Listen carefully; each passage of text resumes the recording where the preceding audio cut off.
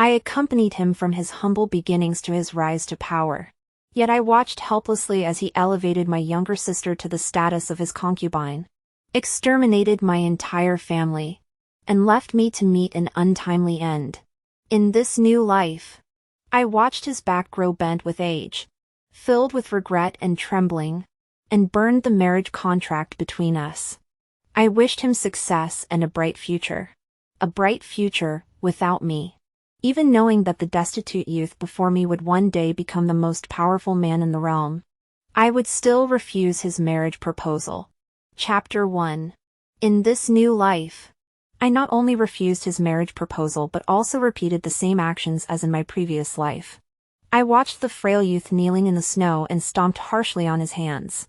The shoes made of shark skin and silver beads crushed his hands, which were frozen and cracked. His back was slender yet straight, unyielding even to a sword. His gaze shifted slowly from the shoe to my face.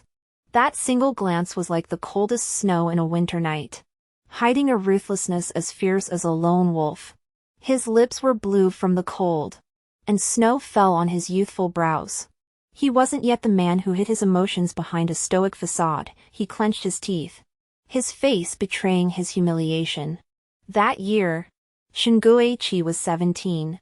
His family had fallen on hard times, and he had traveled thousands of miles to the capital to take the imperial exams.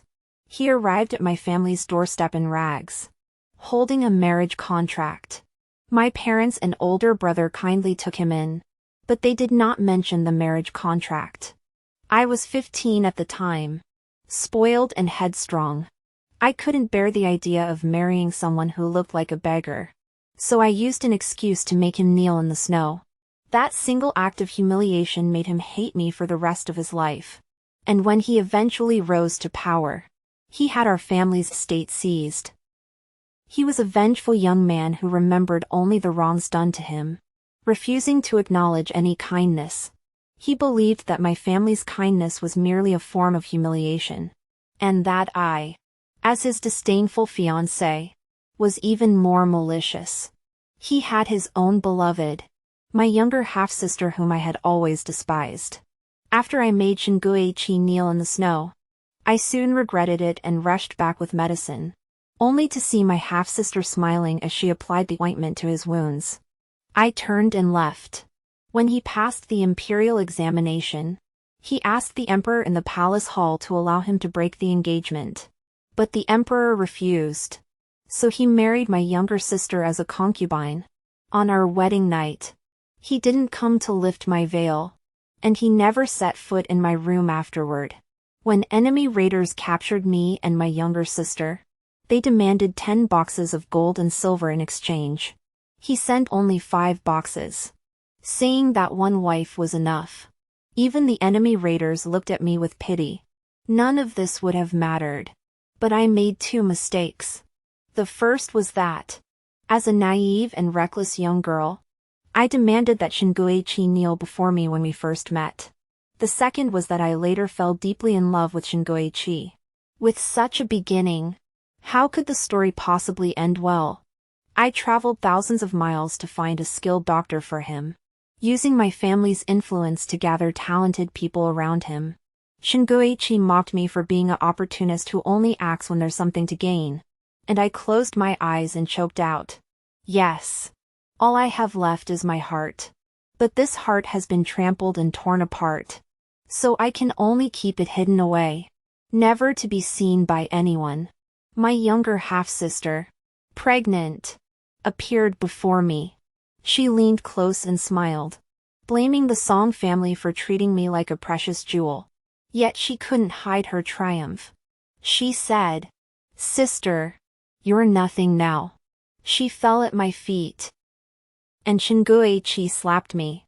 The child was born prematurely and bore a striking resemblance to him. Since I married him, he had finally fulfilled his desire, repaying me 100-fold for all the humiliation he had endured. But he felt it was not enough. When my sister-in-law gave birth to a son, Shuangwen had already risen to the highest ranks of the court. He seized all my family's assets. I knelt down and begged him, but he held my chin and smiled lightly. just as he had when we first met in the snow. I bit my tongue to kill myself. But I saw him stare in shock. His hands covered in blood. He trembled as he held me, the mockery and contempt on his face not yet faded. He couldn't stand seeing me proud, so he used every means at his disposal to strip me of my wings. Seeing me reduced to a lowly dog, he must have felt a sense of satisfaction. But in this life, I was bound to face disappointment. I have thought countless times about what I would do if I could start over. When we first met, I would never have been so reckless and arrogant. I would speak softly, smile sweetly, and act as falsely virtuous as my younger sister did, just to win his favor and obtain what I had spent years begging for. I have thought about it endlessly. But if I could truly start over, I would once again step on his hand. Shuangwen doesn't deserve the kindness I showed him. At 17, Shuangwen looked up at me, his long eyelashes still dusted with snow, and he clenched his teeth and said, 30 years of fortune in the east. 30 years of fortune in the west. Miss Song, don't look down on a young man because he's poor. Of course I know that. I met his eyes, slowly moved my feet away, and took another look at him. This year, he was in such a sorry state that he couldn't even afford a coat in the cold weather. But a man like him doesn't need 30 years, just 3 years. And he could climb to the highest place. I bent down and whispered, I'm sorry. Shuangwen froze. Snow fluttering down like cotton flowers.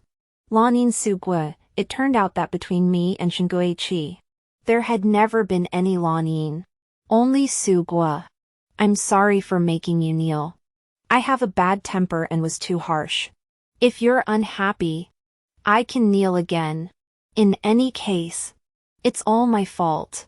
I never looked down on you.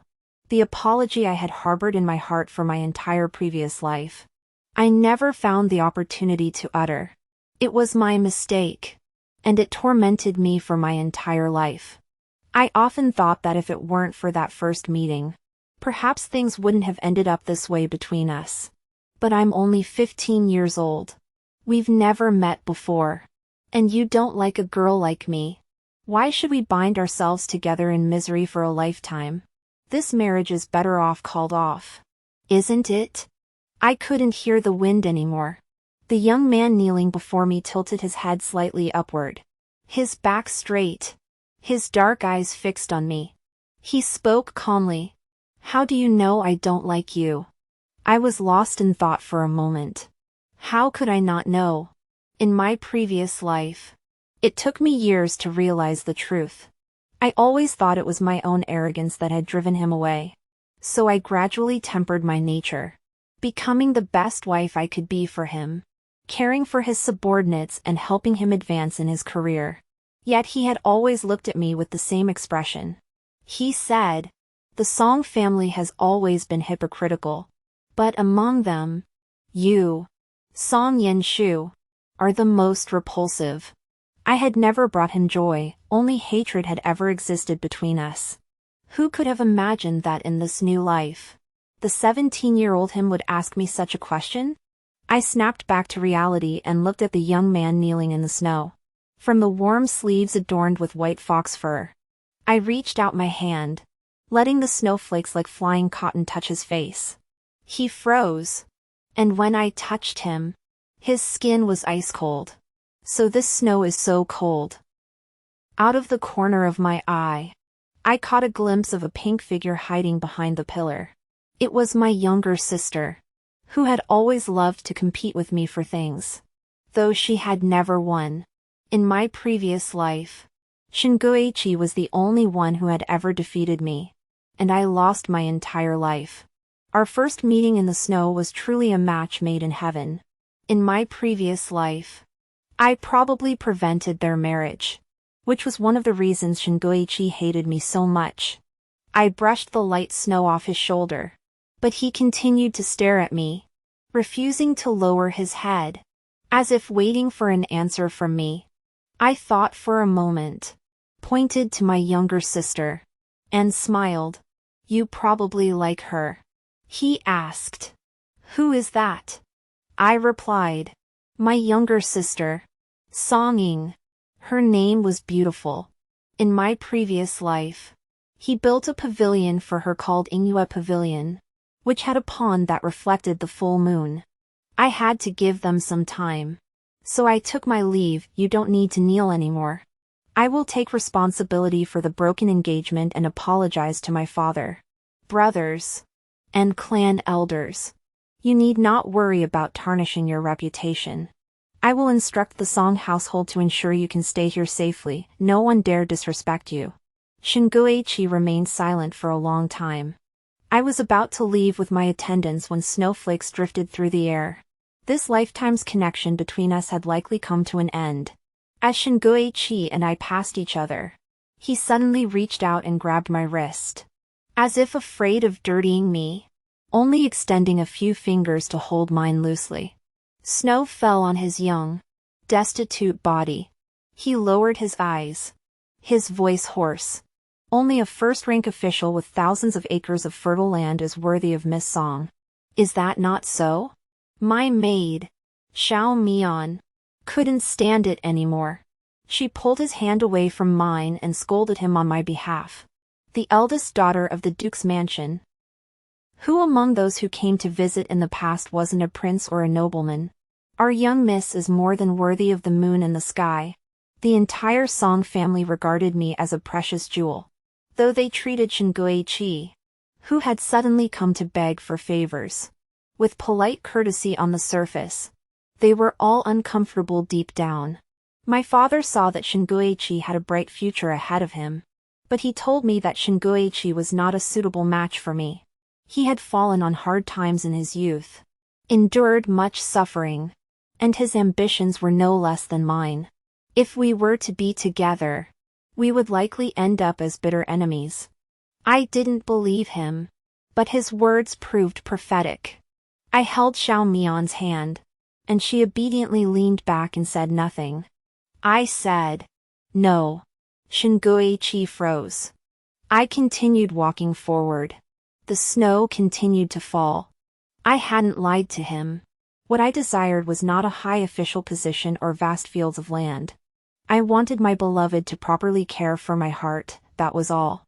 In my previous life, he had failed to do so. The snow wasn't falling heavily, and I didn't want Xiaomian to hold an umbrella for me. But because of the delay on the road with Shuangwen, by the time we arrived at my mother's residence, my shoulders and hair were already covered in a light layer of snow. My mother hurriedly called the maidservant to help me remove my heavy cloak, gave me a silver-threaded sleeve warmer to keep my hands warm, and then pulled me close, pushing a cup of hot milk toward me. Are you cold? The snow is falling heavily, and you didn't even ask the maid to hold an umbrella. What if you catch a cold? My mother's words were reproachful, but her face was filled with concern.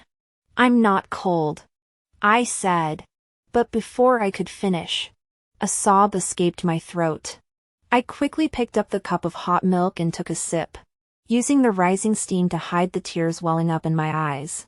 That year, I was the apple of the Song family's eye. And they wouldn't even let me get a little wet in the snow. Later, during another winter, I traveled thousands of miles to find a doctor for Shuangwen. I lost my way, both horse and rider, and nearly froze to death in the snow. No one asked me, Yan Shu, are you cold? My mother reached out to tidy a strand of loose hair by my temple. Speaking softly, the marriage contract with the Shin family is null and void. I will discuss it with your father again. I will make sure this marriage is properly resolved for you. The marriage between Shuangwen and me was arranged by our ancestors. But unfortunately, the Shin family has fallen into decline, and now only Shuangwen remains. If the Song family were to call off the engagement now, we would be accused of despising poverty and loving wealth, tarnishing my father's reputation for half a lifetime.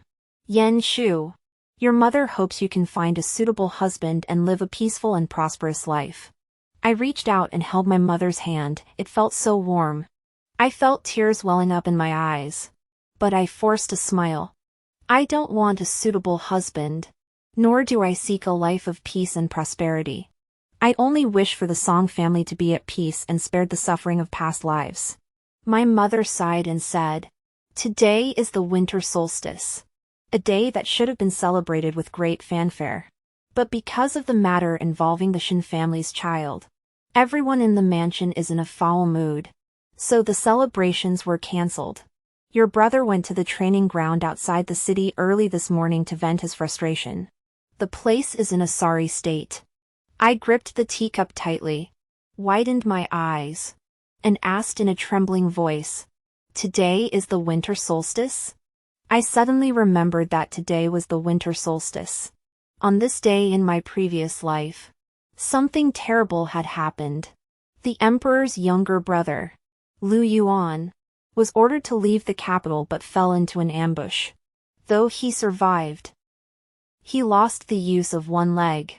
My brother rushed to rescue him but, caught off guard with no preparation, nearly lost his own life, leaving him with a chronic illness. The once promising young man was confined to bed for the rest of his life. That winter, when Shuangwen arrived, the Song family was living in such a bleak atmosphere. People cursed Shuangwen as a bringer of misfortune, saying he had brought disaster to his own family and now to the Song family as well. I set down my cup, closed my eyes, steadied my mind, and opened them again with a smile. "Mother, I want to go out of the city to see my brother. Prepare some yuan shao that he loves. He must be unhappy. I'll go check on him." I had been spoiled at home, so my mother would surely agree. She glanced outside at the sky. Fortunately, the snow had stopped, but she still frowned and said, "It's so cold outside." I felt anxious, but I still tried to comfort my mother. She finally nodded, and I got up and walked out the door. I didn't take a carriage, it was too slow. It was already past noon, and I remembered that it was dusk when my brother was brought back covered in blood. If I didn't hurry, it would be too late. I had a horse named Shu Shui, as white as snow, which could chase clouds and chase the moon. I sent my most trusted guard to the barracks first. I had to catch up with Lu Yuan. I owed him my life, and I was going to repay him. The north wind howled past my ears as I rode Shu Shui toward the capital, passing through the city gates and heading toward the 10-mile pavilion. The wind was so cold it pierced my chest, but I urged the horse onward. In my previous life, after the emperor passed away due to illness, the young emperor was only 3 years old. Lu Yuan was appointed regent and, together with Shuangwen, stabilized the court. However, the two were bitter enemies, constantly at odds with one another. Lu Yuan had a lame leg, but he attended court with a stern expression, and no one dared to show him disrespect. Yet I once mocked him to his face, calling him the lame prince. Yet it was he who, when both I and Song Ying were captured by enemy raiders and Shuangwen sent only 5 boxes of gold and silver, shot an arrow and killed the raiders, saving my life. I have always been clear about debts of gratitude, since I had no chance to repay him before he took his own life. This time around, I will restore his legs to full health, hoping he may remain noble and no one will mock his disability. The cold wind was biting, and the snow had come early this year. The outskirts of the city were deserted, with the gloomy sky pressing down on the white landscape. I urged the horse on, but being delicate, I felt a faint taste of blood on my lips. The wind blew it down, and I didn't know how long it would take for my injured face to heal. I hurried on, and as I approached the 10-mile pavilion, I saw several people resting inside. I finally relaxed. Beyond the pavilion lay the bandits' ambush site. The wind rustled my robes, and the silver hairpins in my temples jingled. I dismounted, but someone was leaning against the pillar, staring at me for a long time. He wore a purple robe with a jade sash, and a jade pendant hung from his waist, engraved with the character Yuan. His long hair was tied high, with a few strands loose at his temples, fluttering in the wind. Lu Yuan had striking features, with eyebrows that arched into his temples and narrow, elongated eyes, now slightly raised in a carefree manner. His thin lips beneath his high nose were delicate, exuding a youthful charm that even the winter couldn't hide. I was stunned. The Lu Yuan I had seen before was gloomy and cruel. But before he broke his leg, he had been such a confident young man. He looked down at me from above. His trusted men, seeing a young woman in this desolate wilderness, were also curious. They looked at me, then at Lu Yuan, and exclaimed in surprise. The young prince is truly popular. Even when we left the capital, there were noble women rushing to see us off. Lu Yuan slightly tilted his chin downward. His narrow eyes curved into a smile, and he glanced at me with a faint, mocking expression. I turned around, took a food box from Zhu Shui, stepped forward a few paces, covered my face, and feigned shyness, saying, "Today is the winter solstice. The prince must not have had time to eat yuan shao yet. I've brought some for you to fulfill my heart's desire." As I spoke the last few words, I took 2 steps forward and held the food box toward Lu Yuan. But my foot slipped on the snow, causing me to slip slightly. I let out a soft cry and fell into Lu Yuan's arms.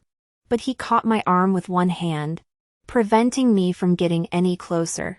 Lu Yuan clenched his teeth and said, "Lady, behave yourself," then coldly glanced at his trusted men standing nearby, who were watching the scene with wide eyes. They immediately averted their gaze. I took the opportunity to whisper, "There's poison. There's a traitor. There's an ambush." Lu Yuan was a man of both literary and martial prowess. But in his previous life, he had a lame leg. The first reason was that a traitor among his confidants had severely wounded him from behind, and the second was that he had been poisoned. The poison itself was not fatal, but it would only activate when he channeled his energy, spreading through all his meridians. In my previous life, I had helped Shingui Qi and knew all this inside out, even the initial antidote formula.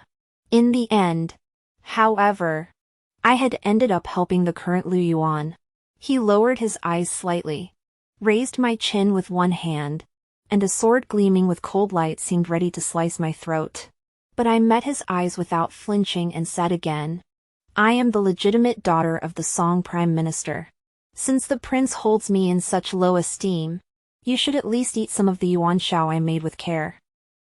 I will then put this heart to rest." I opened the food box, and a fragrant aroma wafted out. I took a bite of the white, round dumpling first. "It's not poisoned." I was betting he believed my father, the prime minister of the Song dynasty. His dark eyes stared at me for a long time before he finally smiled lightly, took the food box from my hands, and waved away his attendants who came to stop him. He laughed. "It's just a young girl, it doesn't matter." He ate reluctantly, but when he took the first bite, he raised his eyebrows slightly. "My cooking has always been good." Lu Yuan looked elegant as he ate, with no trace of his former appearance as the king of hell. I grew bored waiting and, holding my face in my hands with a smile, said, "Your Highness has eaten my yuan shao. You must have some feelings for me. Coincidentally, I am still unmarried." Before I could finish, I saw Lu Yuan nearly choke. He looked up at me with a panicked expression and growled, "Shut up." The attendants beside him couldn't help but chuckle. By the time he finished eating, I had already retrieved the food box and informed my brother of the preparations needed at this dangerous location. He must be on his way here. I had also hidden the antidote in the center of the yuan shao, saving Lu Yuan from the poison. It should be fine now. Snow began to fall sparsely again. I shivered from the cold, but felt unusually light as I mounted my horse. As I was about to leave, someone called out to me, I turned around to see Lu Yuan standing in the pavilion, snow swirling around his feet. He asked coldly, "What is your name?" With one matter settled, I felt naturally happy and replied with a rare smile, Song Yanshu. My name is Song Yanshu. A major incident occurred in the capital, and Lu Yuan left the city on official business but narrowly escaped an ambush. Fortunately, the eldest son of the Song family received a message and rescued him, and he was unharmed. The emperor was furious and ordered a thorough investigation of the matter. After appeasing Lu Yuan, he also rewarded the Song family generously. My brother, however, was angry with me, scolding me for being a girl who dared to ride out of the city and put myself in danger. I pleaded with him, apologizing and expressing regret, and he finally let it go with a cold snort. Only then did he ask me how I knew there was an ambush at the 10-mile pavilion. I shook my head and lowered my eyes, saying, "I don't know. I dreamed it. I dreamed of you, covered in blood. Yes. If it weren't for my meddling and having foreknowledge, my brother would have been brought back covered in blood, in such a state that even the imperial physician said to prepare a coffin. Now he's alive and well, which is truly a blessing." He reached out and tapped my head. "Silly girl. I'm fine." I didn't know if he believed me, but he didn't press further. Instead, he turned to talk about Lu Yuan. Since Lu Yuan was the emperor's only younger brother and still young, everyone in the capital referred to him as young prince. I had never seen my brother look so highly of anyone. My brother Song Jichang has always been arrogant. Yet he praised Lu Yuan to the heavens, constantly referring to him as young prince. I found it annoying, but just then, a servant came to report that the young prince had come to thank my brother for saving him. He was so delighted that he didn't even notice me, rushing off to the main hall. I returned to my room to take a nap. When I woke up, I remembered that the plum blossoms must have bloomed, so I called Xiao Mian to accompany me to pick a few branches. However, on the way, we encountered Song Ying and Lu Yuan. Song Ying was holding 2 branches of plum blossoms, but her foot must have twisted, causing her to fall toward Lu Yuan. He didn't even bother to reach out, simply stepping aside slightly. Song Ying missed her balance and fell to the ground. I turned to leave, but was stopped by Lu Yuan, who had noticed me. His brows were furrowed with impatience, and he sneered, "Can't your maid even walk properly?" Song Ying had been looking up at Lu Yuan with tear-filled eyes, but upon hearing this, her face turned red with embarrassment. He had actually called her a maid, and in front of me. The young prince had never been one to show affection toward women, and his words were always sharp. I didn't bother to respond to his rudeness, instead replying lazily, "Yes. The girls in our family always get so flustered around young, handsome men that they can't even walk straight.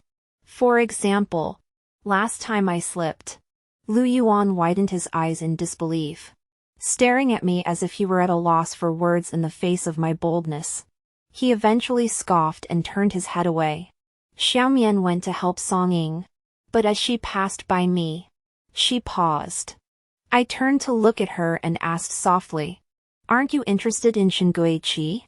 She shrank back, her face flushing with embarrassment, and said, "I only helped him out of kindness. I have no other intentions." I looked at her eyes, which were filled with tears, and felt a bit ironic. When Qi achieves success, she will probably kneel before her parents, crying that she had no intention of helping Qi, but had fallen deeply in love with him, and beg them to grant her wish. Song Ying left in embarrassment, leaving only Lu Yuan behind.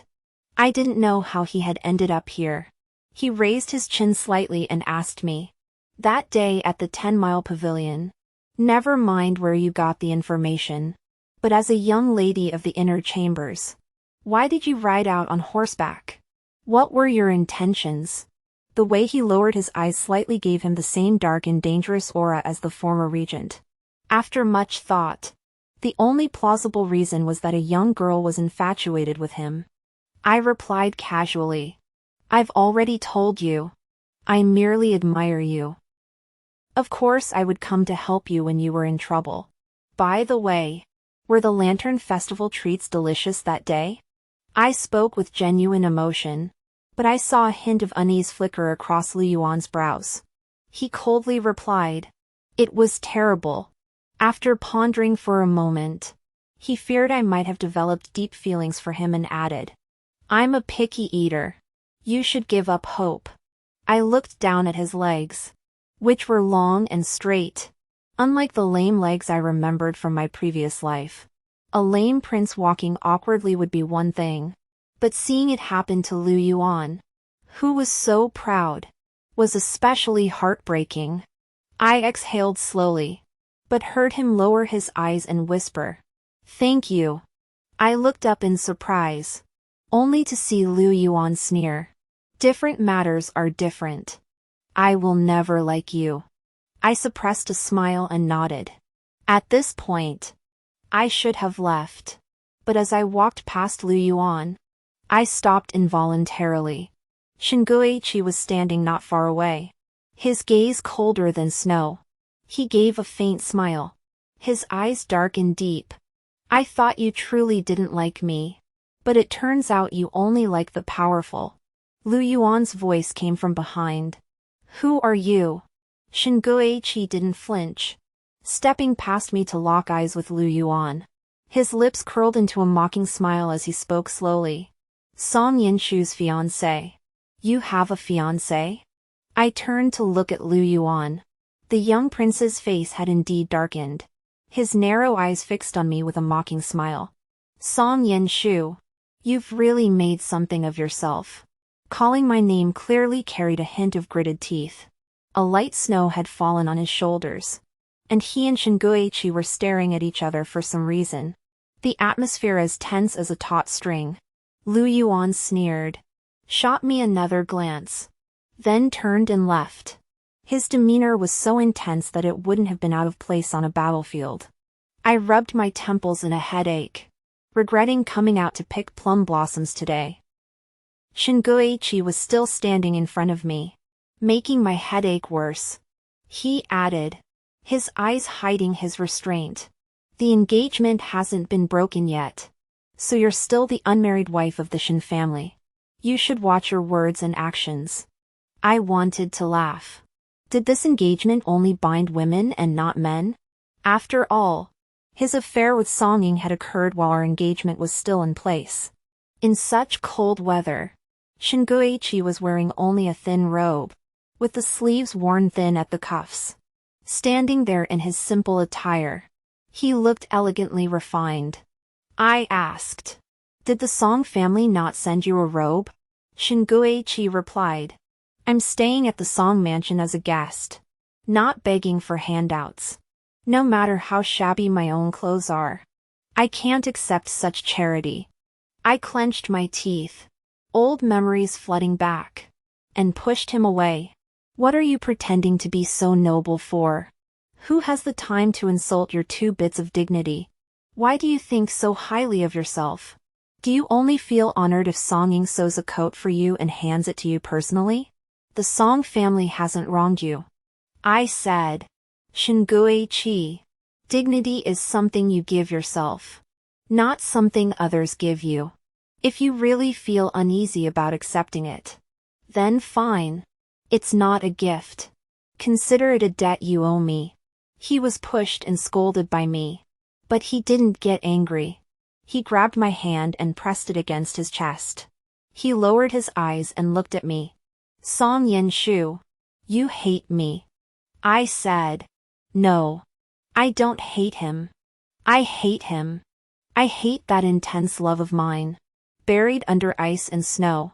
Shinguichi suddenly explained, "I didn't take her medicine, and I've never had any contact with her." I was startled for a moment before realizing he was talking about Song Ying. He spoke calmly. "I don't like her like that. Song Yin Shu. I looked up at him in surprise, but withdrew my hand and shook my head. This has nothing to do with me. The marriage must be called off. Shuangwen took a half step back, making the difference between us even more apparent. My white fox fur coat and his tattered clothes were so incongruous. He laughed contemptuously, as if seeking humiliation, and said with a single word that carried the weight of 1,000 pounds, "All right." The marriage was eventually called off. My mother handed me the marriage contract personally. It was a thin sheet of paper, somewhat worn from the years, but well preserved. I heard that when Shuangwen rushed to the capital, he kept the marriage contract close to his heart despite his ragged appearance. I flipped through it repeatedly for a long time, then had Xiao bring a charcoal brazier and burned it without a second glance. The marriage contract curled up and slowly turned to ashes. Xiao seemed more at ease than I was.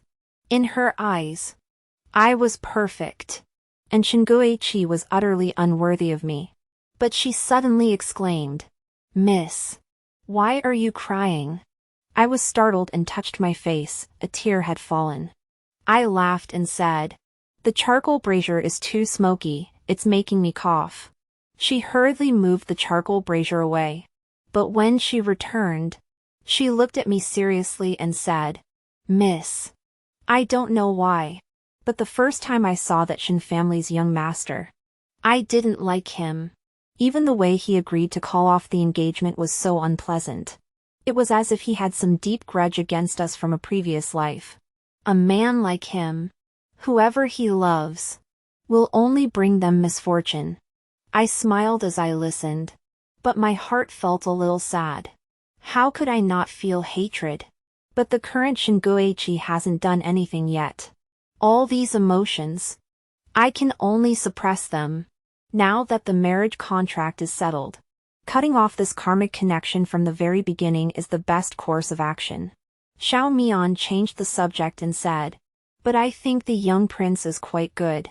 The women who like him would have to line up all the way to Jinling." I widened my eyes in feigned surprise and said, "How can you talk about marriage so casually? Could it be that you want to get married?" Xiao blushed and turned away, ignoring me. However, the matter of the Song family breaking off the engagement was still unpleasant. Everyone, whether they knew the details or not, criticized the Song family for being heartless.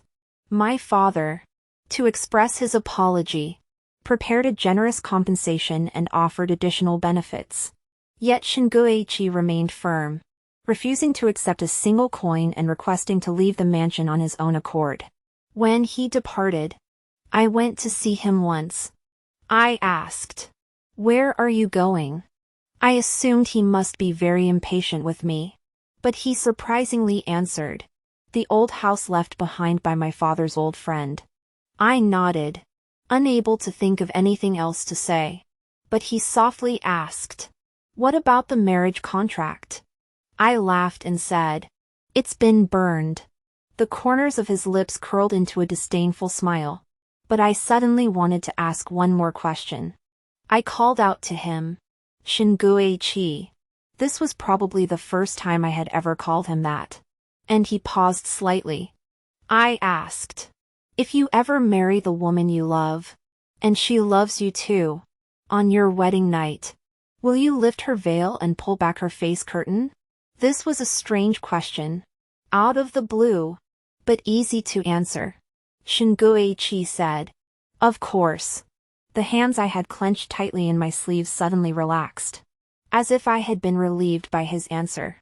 The decisive "of course," the matter-of-fact "of course." Yet on my wedding night in my previous life, I had been so happy, yet no one had lifted my veil.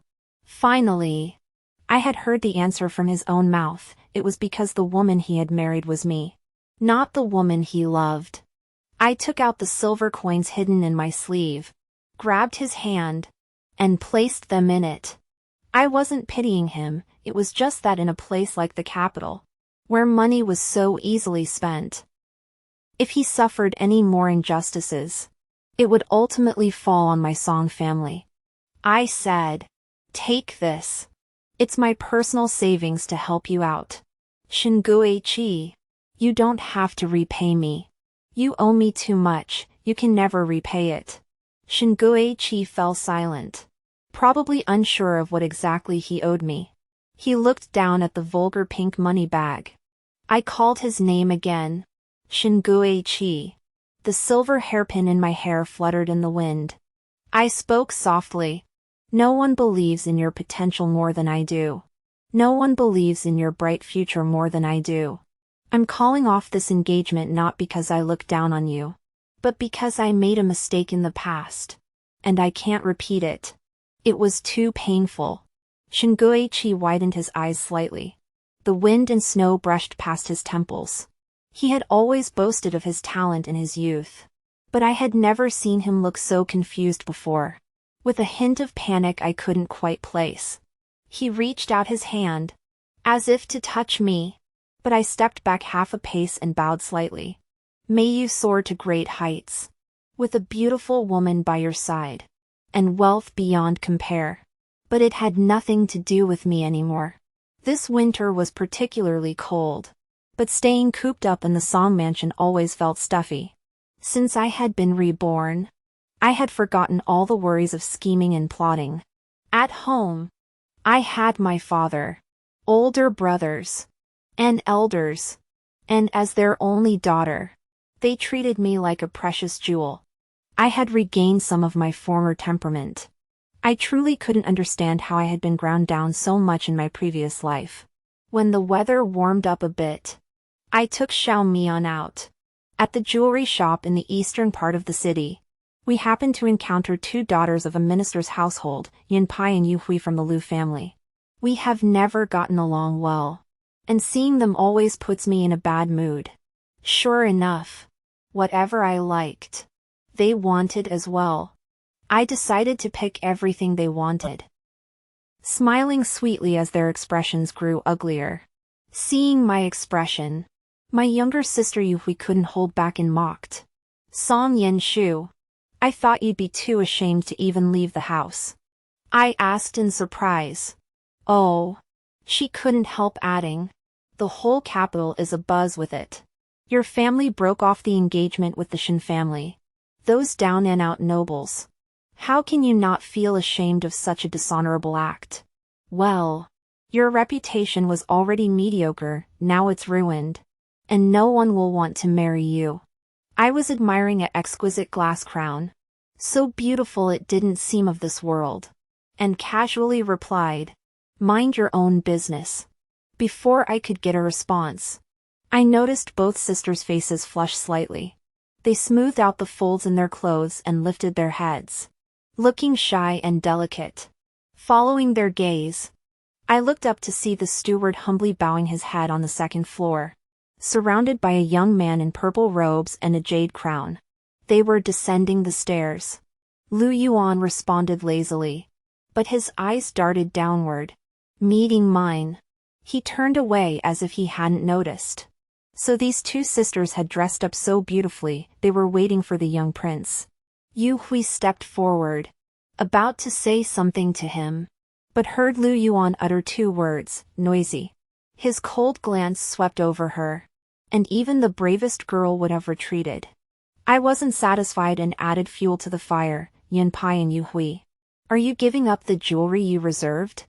I was happily watching the sisters' lonely figures as they left. But I heard Lu Yuan turn around and say to me with the same indifference, you too. I choked up and sighed deeply. Lu Yuan hesitated for a moment and asked me, did you break off the engagement? I nodded. He seemed about to say something else but stopped himself, uttering a single word before his lips curled into a faint smile. His confidants whispered behind him, their voices not exactly quiet. They said, this Miss Song is truly head over heels for the prince. Not only did she see him off at the Long Pavilion, but she even broke off her engagement for him. I was utterly shocked. Lu Yuan, however, remained aloof and said nothing more. He continued down the stairs toward the exit. As he passed by me, he paused, lowered his eyes to look at me, and spoke slowly and deliberately. If Miss Song truly has no one to marry, this prince is not entirely opposed to considering her. In his previous life, Lu Yuan never married, and people said he was gay. Now, here he was again, and I never expected him to say such a thing. I couldn't help but stare, and I asked unconsciously, "Really?" The young prince smiled slightly and curved his lips. "No. I'm joking." I was speechless, but I saw him reach out and adjust the hairpin in my temple, then casually change his words. "It depends on my mood." I looked up at him and saw a smile in his eyes, like a sudden bright star in the night sky. He walked out, and outside, snow began to fall sparsely, disappearing into his black cloak. In a daze, I recalled that year when my younger sister and I were captured by enemy raiders. It was also snowing like this. Shinguichi had brought 5 boxes of gold and silver to ransom Song Ying, but the raiders grew even more greedy, intending to send me back as I was worthless. However, they changed their minds at the last moment and planned to behead me on the slope. The lame prince I had once mocked drew his bow and shot an arrow, killing the enemy in one shot.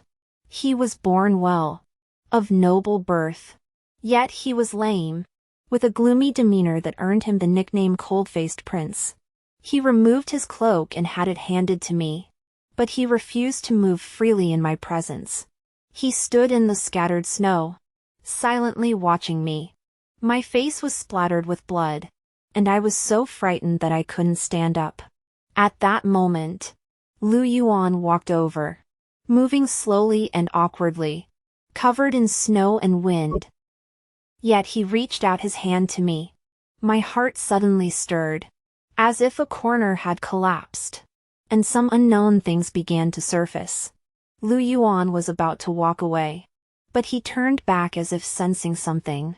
That glance unexpectedly matched the regent prince in my memory, so dark and solemn, with a few strands of hair gently brushing against the wind. Suddenly, he curved the corners of his lips and said lazily, "Song Yen Shu, don't peek at me."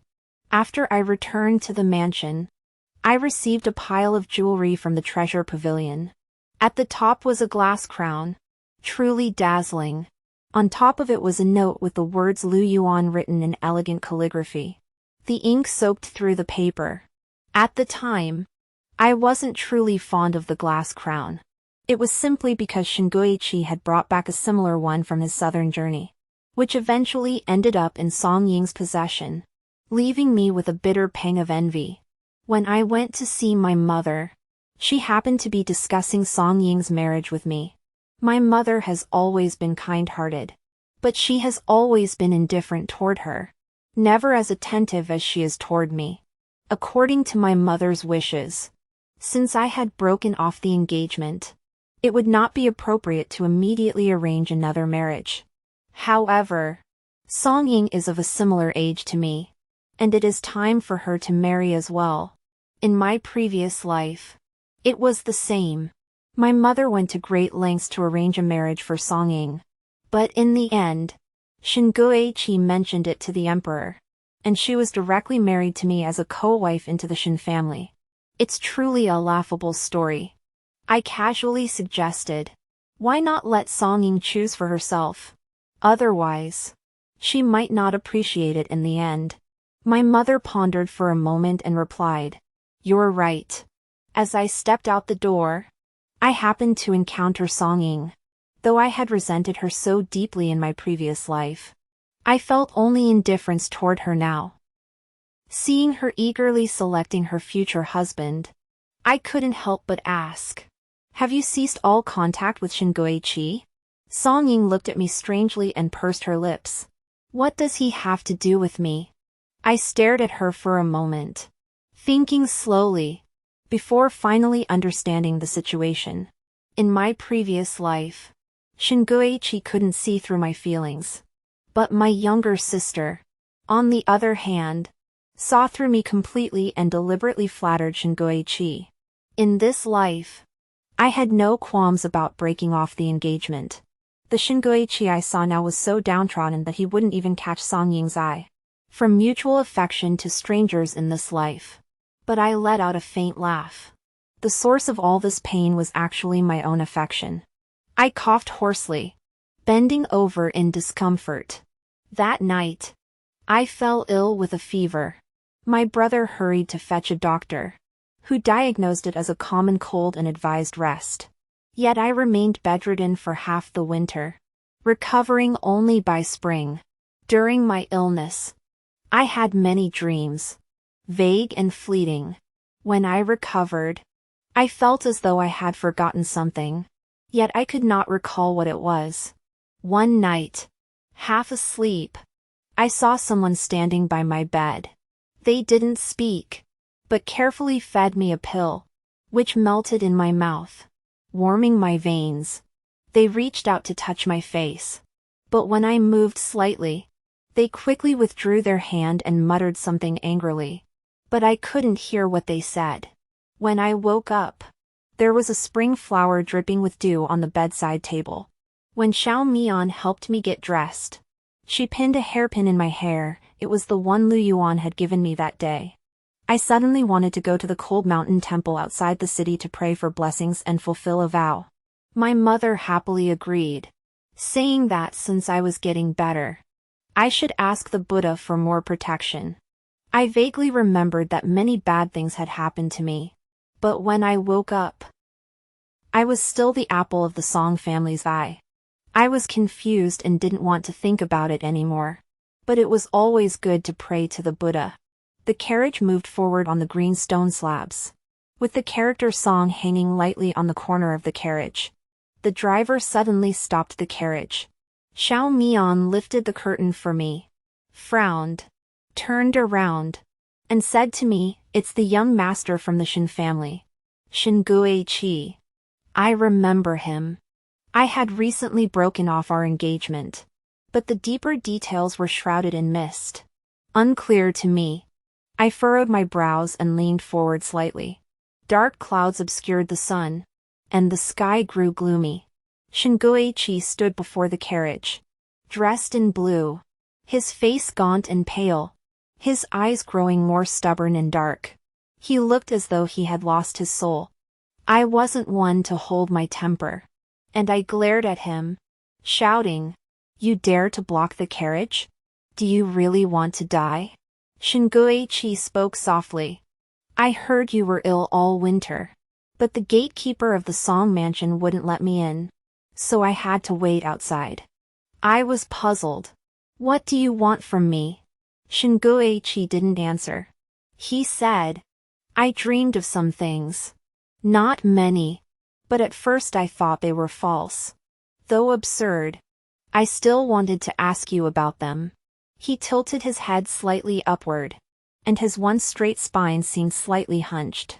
His face looked fragile as he said, "This winter, someone was supposed to find me a rare book by a famous author. My desk should have been filled with fine brushes, ink, paper, and inkstones. She had been working tirelessly for my exams. Upon hearing of my fondness for seal carving, she spent over a month learning the craft and carved a small rabbit to place on my desk." He spoke slowly, his words sounding both painful and sweet. I found these stories familiar, but I couldn't remember them. I felt uneasy for some reason and shook my head, saying, "In this world, there is no such thing as should have been. Who should have devoted themselves to you? Who should have given you their heart to be molded?" I suddenly asked, "What happened to the little rabbit?" His expression suddenly turned grim, and he drew in a sharp breath, as if in pain. "In my dream, I threw it away. I thought it was a sign of shame." I chuckled softly. "There is such a thing as shame in this world. The person you spoke of must have been extremely arrogant. Shinguichi, you should step aside. I still have matters to attend to." I added another sentence, noticing the redness in his eyes. I was surprised by the satisfaction I felt, but I forced a mocking smile and said, "The true meaning is that if you can't have it, Shuangwen Qi. Do you understand? He stumbled back 2 steps. His face ashen. I didn't know what premonition I had.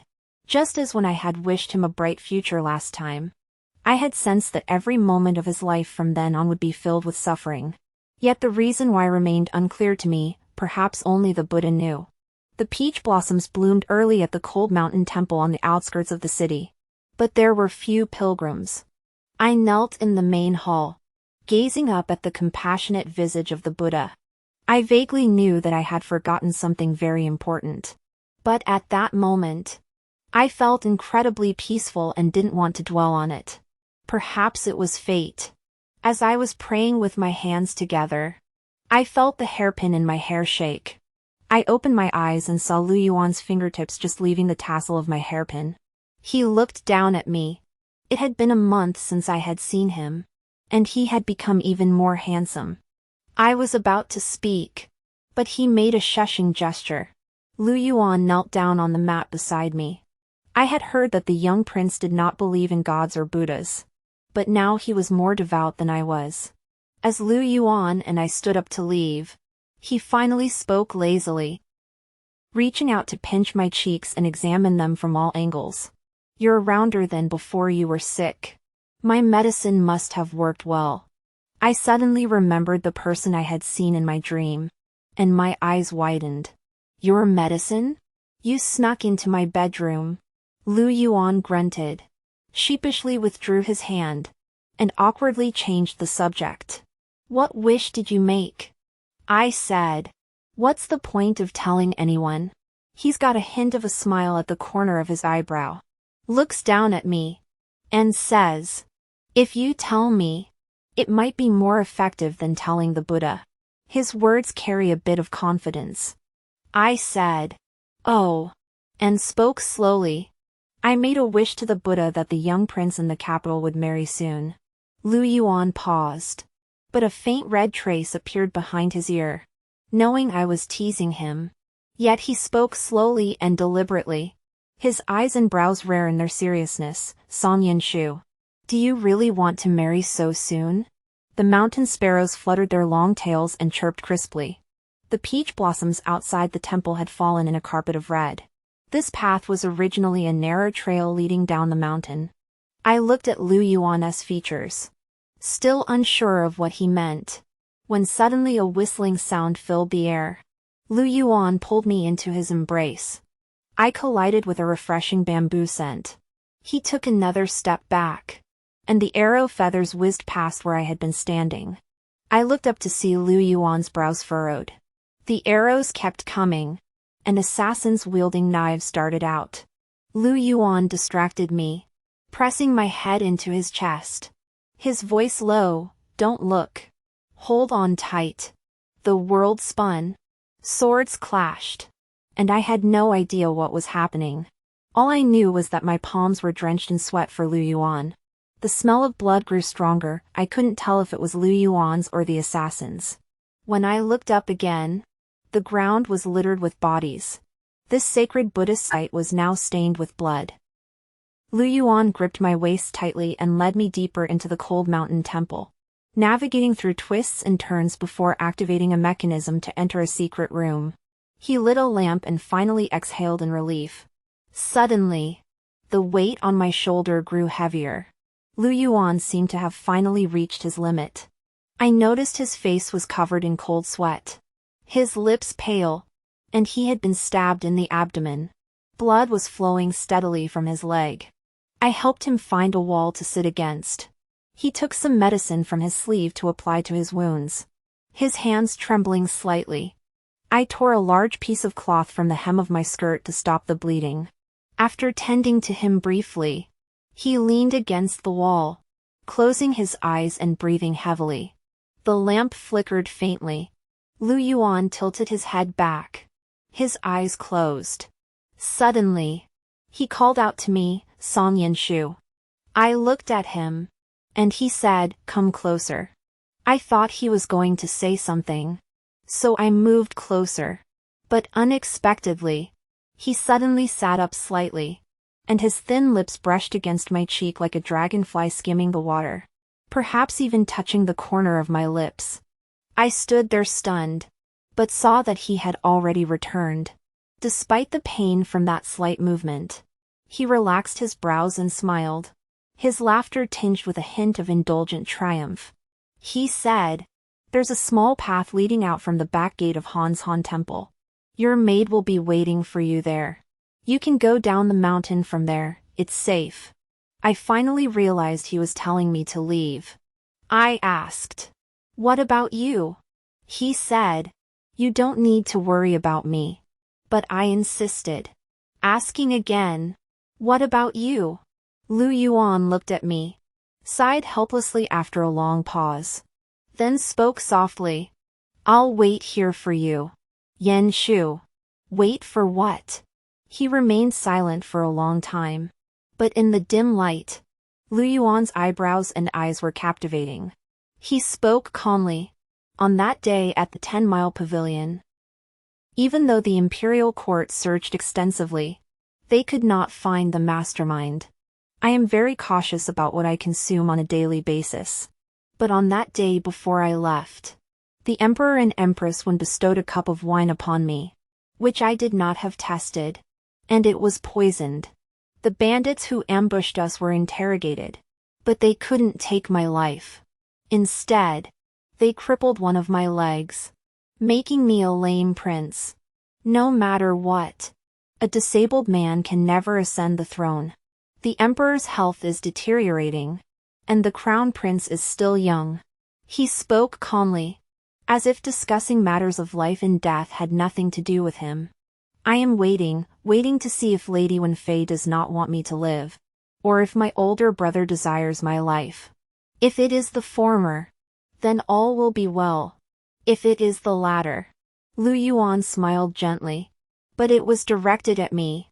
Tinged with regret, "I'm afraid I'll have to break my promise and cannot fulfill the wish you just made." Xiao Yen Shu. He raised his hand to adjust the hairpin by my temple, but then dismissed it with disdain. "The design is too ugly. We'll get a new one next time." I reached out and held his hand, still warm. I looked at him earnestly. "I'll wait with you." Recently, there have been new developments in the capital. First, the biological mother of the crown prince, Lady Wen, is seriously ill, and no one is allowed to visit her. There are rumors that Lady Wen has committed a grave offense and her life is in danger. But these are merely speculations, and no one knows the truth. Second, this year's top scholar, Shingui Qi, was exceptionally talented, and the emperor was delighted to have him. However, he requested the emperor to arrange a marriage between him and the eldest daughter of the Song family, the prime minister's clan. The young prince was displeased and followed suit, also requesting the emperor to arrange a marriage between him and the Song family's daughter. This farce became the talk of the streets for over a month, with everyone discussing the love and hatred between the three. That day, I waited with Lu Yuan in a secret room for a long time. But who arrived was the emperor's personal guard to rescue him. Everyone addressed Lu Yuan as young prince, which was because the emperor truly cherished this younger brother, to the point that Empress Wen felt uneasy and constantly schemed to have Lu Yuan deposed. When I turned to look at Lu Yuan, his expression was unsurprised, but his gaze toward me was gentle. He stared at me for a long time before lifting his chin slightly and speaking decisively, "Song Yanshu. In our previous life, we were undoubtedly meant for each other. I can't remember clearly, but I vaguely recall a limping figure, walking awkwardly, yet with a straight and proud back. I seem to remember calling out to him. He turned around, his face pale and gloomy, but his dark eyes seemed to hold a faint glimmer of hope, as if expecting something. I laughed lightly, dragging out the mocking tone, and said arrogantly, "Lame prince." I snapped back to reality, not knowing why, and asked Lu Yuan, "What if I've already married someone else?"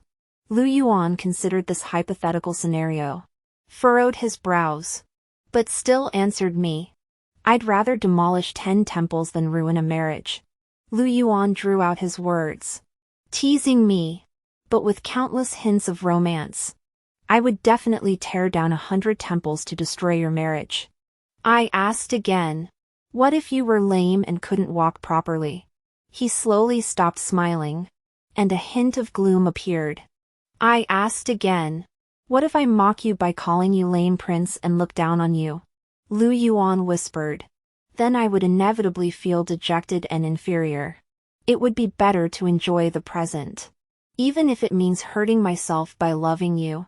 But I dare not come any closer. That would be very painful. I didn't know how to respond to this. As if it were truly the case in a previous life. I said, thank goodness it's this life. Thank goodness it's this life. Where most regrets no longer exist. Actually, after Shuangwen was promoted, he came to the Song Mansion to find me again. He had been entrusted with an important task by the emperor, and the Song family's gatekeeper dared not block him anymore. He looked even more haggard. I had once told him I wished him a bright future, but now it seemed that a bright future was not a blessing for him. The greatest regret of my life is that I once married the woman I loved, pledged my heart to her with the utmost sincerity. Yet on our wedding night, I did not lift her red veil or pull back her golden curtain. These were the first words Shuangwen spoke to me. His face pale. Since that cold winter day, I had vaguely felt that I had forgotten something, and now I couldn't remember at all. Seeing him in such pain, I couldn't understand a single word he said. I asked in wonder, when did you get married? I didn't even hear a whisper about it. Shuangwen widened his eyes.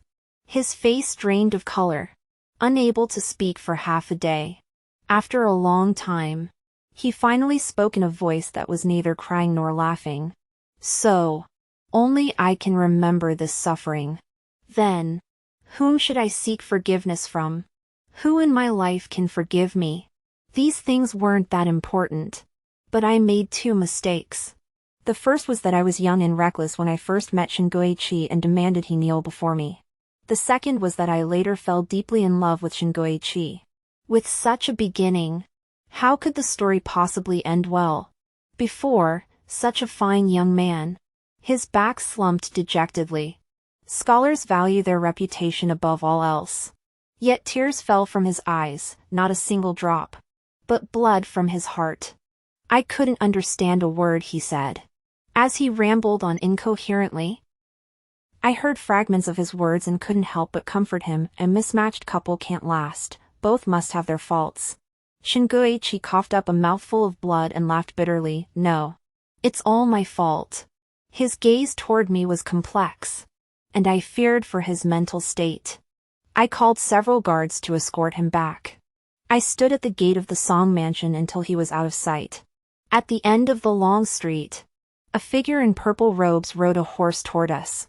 Among the crowd, his eyes saw only him. The silver saddle and white horse seemed to yield the spring beauty of March to his triumph. As he drew nearer, he reined in his horse before the stone lions of the Song Mansion.